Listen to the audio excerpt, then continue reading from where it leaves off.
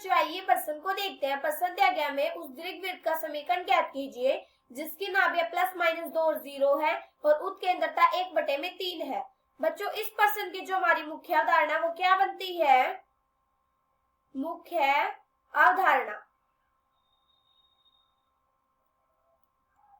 दीर्घवृत्त का समीकरण क्या होता है बच्चों?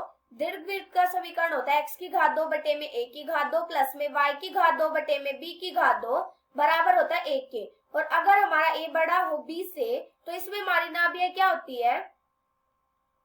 नाभियां बराबर होती है प्लस माइनस a e और 0 के। और इसमें b की घात 2 बराबर क्या होता है? a की घात 2 गुणा में 1 माइनस में e की घात 2 की। हमें क्या दे रखा है प्रश्न में? हमें नाभियां दे रखी है प्लस माइनस 2 0 और उत्केंद्रता दे रखी है 1/3।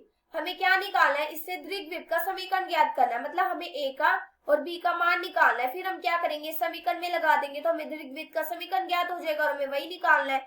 अब ये देखो बच्चों, हमें नाभियां क्या दे रखी है? Plus minus 2। इसका मतलब ये कितना आ जाएगा? प्लस माइनस 2 और 0।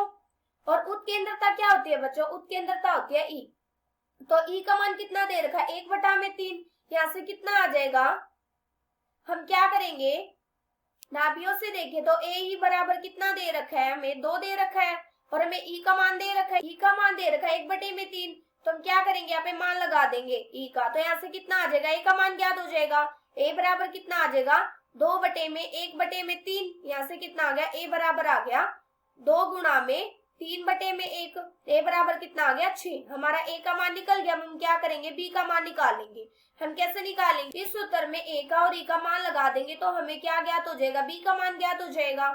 यहाँ से कितना आ जाएगा? बी की घात 2 बराबर कितना है? ए की घात 2 गुणा में 1 माइनस में ई की घात 2। अब ये देखो ए का मान कितना निकला है हमारा? ए का मान आया 6, तो 6 की घात 2 कितना आ जाएगा? 36। फिर 1 माइनस में ई का मान कितना है हमारा? 1/3। तो यहाँ से कितना आ जाएगा? 1/3 और इस पूरे की घात 2।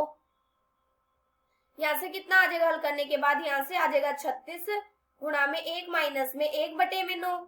यहाँ से कितना आ गया?